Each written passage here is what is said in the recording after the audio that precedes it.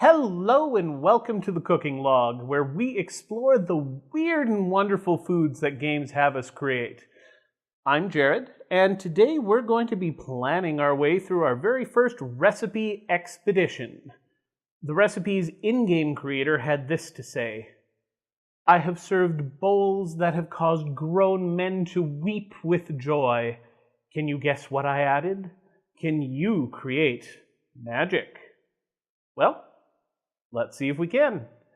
From the Elder Scrolls, Skyrim, Potage le Magnifique.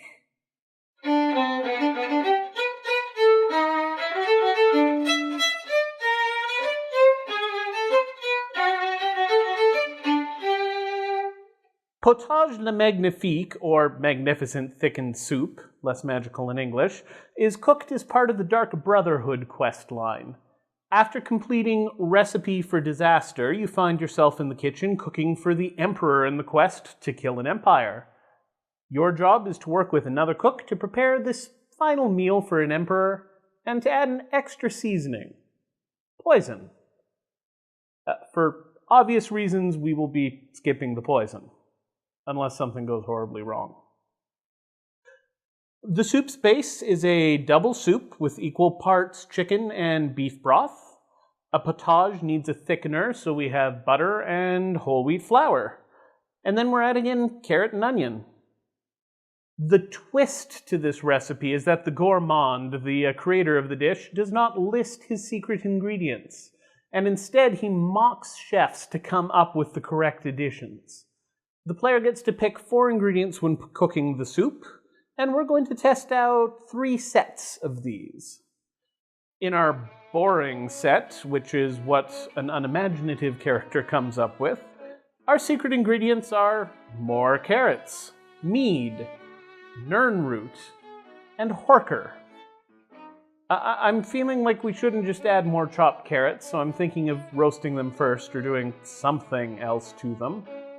I have an ample supply of melomel kicking around in the basement. That's a fruit mead, and it didn't have quite as much of a berry flavor as I'd originally hoped, so I think that will work perfectly fine for this meal. I could just easily make a fresh batch of mead, but then I would want to wait about 6 months before using it, and I want to do this now. Nirnroot. There's no exact real-life analog, but it shares leaf similarities to dandelions, which are edible. And I grow them in my garden without effort, unfortunately. Horker is going to be interesting. Horker is definitely modeled after the walrus, and I haven't been able to figure out yet if I can source that.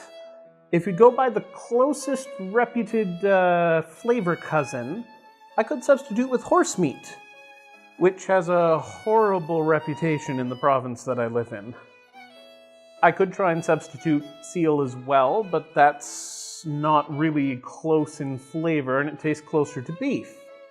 And still has the potential order problem, so I'll figure out something. Moving on to our odd set, which is definitely a little bit farther out there. Our secret ingredients are sweet roll, vampire dust, giant's toe, and a gold septum. Sweet roll? I can make a sweet roll. Vampire dust? Well, there's the old stereotype of kill a vampire, vampire turns to ash, but in-game that is not usually the case, and I don't think we're looking at cremains. I'm thinking desiccation of meat instead, sort of the fading away as all moisture leaves. So I think we'll have a little bit of fun and try to make meat powder from normal pig, not the in-game long pig. To get the color, though, I think we'll find out how meat powder reacts to a cooking torch. I can't see giant's toe being used for the meat, so I'm thinking it's just actually there as a thickener, and pig trotter is the obvious choice to replace it with. Based on how filthy the in-game illustration is, I will probably use some dried mushrooms as well, just to get that really earthy flavor. I personally don't have gold coins lying around for a gold septum, but edible gold foil is a thing, and that is easily acquirable. Finally, we get to the Stoic set. These are the options that are chosen in-game if you wisely keep your mouth shut and let the NPC that's the qualified cook choose. Frost salts, chorus eggs, thistle, and tomatoes. Now, frost salts in-game, they either drop from a frost atronach or they're crafted from a salt pile. So fundamentally, at its heart, it's just a type of salt. I want to bring in some of the numbing and burning feelings of cold, so I'll be salting the salt with an appropriate spice. Chorus eggs, that's kind of easy. Black ant eggs should cover this. Thistle is yet another ingredient that my garden provides without any effort whatsoever. And tomatoes are always easily acquirable. Looking at everything we need to do for Potage le Magnifique, this is going to be quite the first little expedition.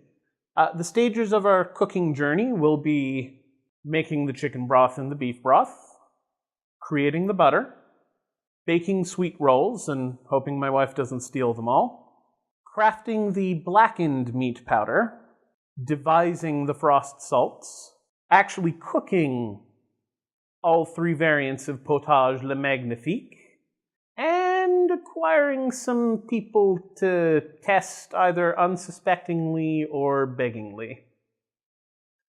So with that, I think that is our planning session for this over and done with, and it's just time to get cooking. Thanks for watching.